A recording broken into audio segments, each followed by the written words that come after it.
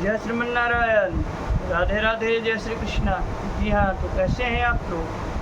विश्वास है कि बहुत ही कुशल मंगल होंगे और उतने ही कुशल मंगल ढंग से आपका दिन चल रहा हो।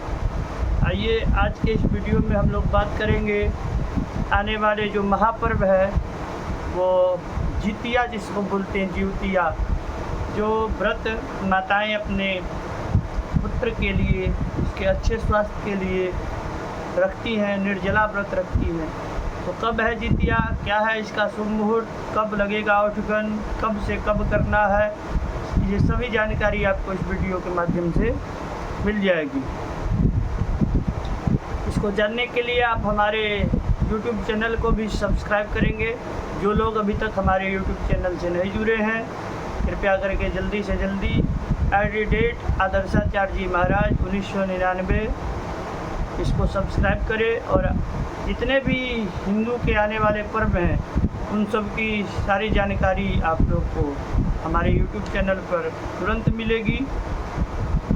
आइए, इस बार जो जितिया व्रत लगा है, जितिया का मतलब होता है कि निर्जला व्रत, अष्टमी उपवास होता है। जिस दिन अष्टमी होगी उसी दिन इसका व्रत किया जाएगा। और कहने का मतलब है 24 तारीख को 12:39 तक जो है सप्तमी तिथि है, उसके बाद अष्टमी तिथि है।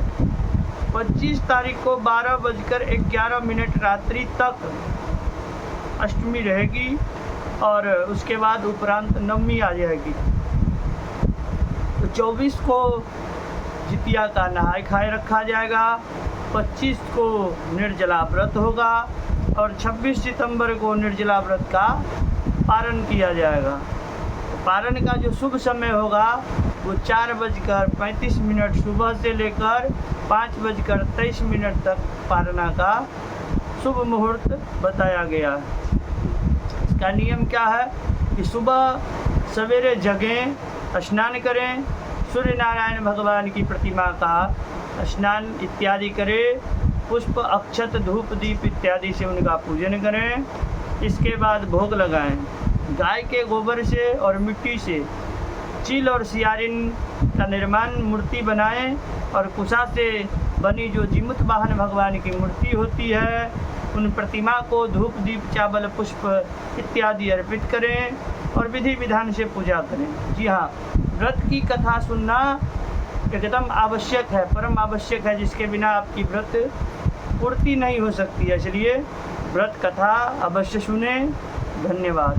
जय श्रीमन्नारायण।